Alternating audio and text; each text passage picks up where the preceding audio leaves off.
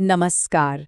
आज के इस एनालिसिस में हम एक ऐसे मुद्दे पर बात करने वाले हैं जिसने पूरे देश को हिलाकर रख दिया है। NEET UG 2026, NEET UG 2026 exam का अचानक रद्द होना। ये सिर्फ एक खबर नहीं है, बल्कि एक बहुत बड़ी बहस का मुद्दा बन गया है कि क्या ये सिर्फ एक पेपर लीक का मामला है या हमारे पूरे एजुकेशन सिस्टम की एक बहुत बड़ी नाकामी। तो चलिए सोर्स मटेरियल के आधार पर इस पूरी कंट्रोवर्सी की परतों को गहराई से समझते हैं। अब सोचिए जरा, आखिर 23 लाख बच्चों के भविष्य को अचानक होल्ड पर क्यों डाल दिया गया? सुनने में ये एक सीधा सा सवाल लगता है, लेकिन इसका असर बहुत ही भयानक है।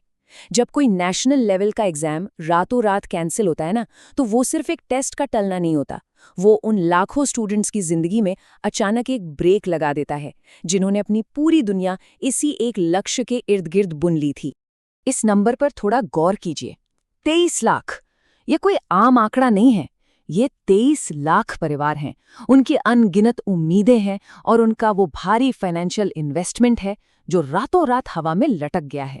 हर एक नंबर के पीछे एक असल इंसान है जिसने अपनी जिंदगी के सबसे कीमती साल इस एक एग्जाम की तैयारी में झोंक दिए थे। 3 मई की रात को इमेजिन करके देखिए। सोर्स के मुताबिक महीनों के भारी स्ट्रेस के बाद जब एग्जाम खत्म हुआ तो बच्चों ने फाइनली चैन की सांस ली थी। कई लोगों ने खुशी खुशी अपने माता पिता को फोन करके बताया कि उनका पेपर बहुत अच्छा गया है। उन्हें लगा था कि बस अब मंजिल करीब है। लेकिन जैसे ही एग्जाम कैंसिल होने की खबर आई, वो सारी खुशी, वो राहत एक झटके में गहरी दहशत और निराशा में बदल गई। सोर्स मटेरियल में एक बहुत ही कड़वी सच्चाई दिखाई गई है। इसमें एक तरफ वो ईमानदार छात्र हैं जो खुद को एक छोटे से कमरे में बंद कर लेते हैं, स्मार्टफोन छोड़ देते हैं, त्योहारों से दूरी बना लेते हैं, महीनों तक बाहरी दुनिया से पूरी तरह कट जाते हैं। और दूसरी तरफ एक ऐसा भ्रष्ट नेटवर्क जहां कुछ लोगों को एग्जाम से पहले ही टेलीग्राम जैसे प्लेटफॉर्म्स पर पूरा का पूरा क्वेश्चन बैंक मिल जाता है। ये ईमानदारी और एक गलत शॉर्टकट के बीच का एक ऐसा अंतर है जो किसी का भी दिल तोड़ दे। अब शायद आपको लग रहा होगा कि क्या ये सब सिर्फ अफवाहें थीं? बिल्कुल नहीं। स्पेशल ऑपरेशन ग्रुप यानी एसओजी की जांच में राजस्थान के अंदर ऐसे हस्तलिखित यानी हैंड रिटन नोट्स मिले हैं जो असली एग्जाम के सवालों से हूबहू मेल खाते थे। सोर्स बताता है कि 100 से ज्यादा सवाल असली नीट पेपर से मैच कर गए। इस बात ने साबित कर दिया कि लीक की खबरें कोई अटकलें नहीं थी, बल्कि एक बहुत ही बड़े और सुनियोजित घोटाले का हिस्सा थी। चलिए अब थोड़ा पीछे मुड़कर देखते हैं। क्या 2026 की ये घटना अपने आप में कोई इकलौता केस है या फिर ये किसी बहुत बड़े पैटर्न का हिस्सा है? नेशनल टेस्टिंग एजेंसी या एनटीए जो इन एग्जाम्स को कंडक्ट करवाती है, अगर हम उसका इतिहास देखें तो पता चलता है कि सिस्टम की कमियों पर सवाल पहली बार नहीं उठ रहे हैं। पिछले कुछ सालों का ट्रैक रिकॉर्ड अगर आप देखें तो एक बहुत ही परेशान करने वाला पैटर्न नजर आता है। 2019 में आंसर की को लेकर विवाद हुआ। 2020 में ओएमआर शीट में भयानक गलतियां सामने आईं। सोर्स में एक ऐसा दिल दहला देने वाला किस्सा है जहां एक छात्रा को 590 अंक मिलने चाहिए थे, लेकिन उसे सिर्फ 6 अंक दिए गए। लिटरली सिर्फ 6। फिर 2022 में तकनीकी खामियां, 2024 में ग्रेस मार्क्स और लीक के आरोप, और अब 2026 में तो पूरी परीक्षा ही रद्द हो गई। ये लगातार होने वाली गलतियां सिस्टम की कार्यप्रणाली पर बहुत गंभीर सवाल उठाती हैं। और ये सब सिर्फ कागजी गलतियां नहीं हैं, इसका सीधा असर बच्चों के मानसिक स्वास्थ्य पर पड़ता है। जब एग्जाम बार बार सवालों के घेरे में आता है तो स्टूडेंट्स में अनिश्चितता, डर और डिप्रेशन बढ़ने लगता है। उनका आत्मविश्वास तो टूटता ही है, साथ ही पूरे एजुकेशन सिस्टम से उनका भरोसा उठ जाता है। वो सोचने पर मजबूर हो जाते हैं कि जब सिस्टम ही सिक्योर नहीं है तो उनकी दिन रात की मेहनत का आखिर क्या मोल है।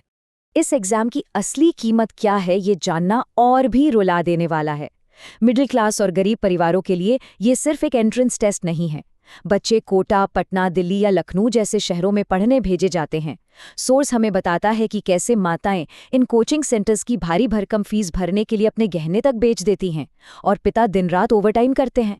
तो जब एग्जाम कैंसिल होता है ना, तो सिर्फ बच्चे की मेहनत बर्बाद नहीं होती, पूरे परिवार के सपने और उनके सालों के बलिदान पर पानी फिर जाता है। लेकिन आखिर ऐसा होता क्यों है? बात बड़ी सीधी है। हमारे देश में सरकारी नौकरियों और मेडिकल सीटों की बहुत भारी कमी है, और इसी कमी का फायदा उठाते हैं ये नकल माफिया, जिनके लिए ये एग्जाम्स एक बहुत बड़ा और मुनाफे वाला बाजार बन गए हैं। जब सिस्टम में सुराख होते हैं तो मेहनत और काबिलियत की जगह पैसा और भ्रष्टाचार ले लेता है। अब सोर्स मटेरियल में जो बात कही गई है वो आपको थोड़ी हैरान कर सकती है। वहाँ इन भ्रष्ट उम्मीदवारों के लिए बहुत ही स्पष्ट रूप से एक उत्तेजक शब्द का इस्तेमाल किया गया है, दलाल। ये काफी चुभने वाला शब्द है, लेकिन ये लोगों के उस भयंकर गुस्से और हताशा को तटस्थ रूप से सामने रखता है। ये इस बात पे जोर देता है कि जो लोग शॉर्टकट या पैसे के दम पर मेडिकल सीट हथिया लेते हैं, वो समाज की सेवा करने वाले प्रोफेशनल नहीं, बल्कि सिर्फ एक भ्रष्ट सौदेबाजी का हिस्सा हैं। तो क्या सब कुछ खत्म हो गया है? नहीं। निराशा के इस माहौल से बाहर निकलकर अब बात करते हैं समाधान की। इस टूटे हुए भरोसे को वापस कैसे जोड़ा जा सकता है? सोर्स इस बात पर जोर देता है कि अब सिर्फ जांच बैठाने या कुछ गिरफ्तारियां करने से काम नहीं चलने वाला। एक ट्रांसपेरेंट और फेयर माहौल बनाने के लिए हमें बहुत ही सख्त और सिस्टम के स्तर पर बदलावों की तत्काल आवश्यकता है। क्रिटिक्स कुछ बहुत ही ठोस और हाई टेक रिफॉर्म्स की मांग कर रहे हैं, जैसे कि एग्जाम को पूरी तरह से CBT यानी कंप्यूटर बेस्ड टेस्ट मोड में शिफ्ट करना, असली पहचान सुनिश्चित करने के लिए बायोमेट्रिक वेरिफिकेशन को अनिवार्य बनाना, सेंटर्स पर AI आधारित मॉनिटरिंग का इस्तेमाल करना और पेपर लीक रोकने के लिए एन्क्रिप्टेड पेपर सिस्टम लागू करना। इसके साथ ही कोचिंग माफियाओं पर भी सख्त नियम लगाने की बात कही गई है। ये कोई छोटे मोटे पैचवर्क नहीं है, ये वो बुनियादी बदलाव हैं जो भविष्य में ऐसी घटनाओं को रोक सकते हैं।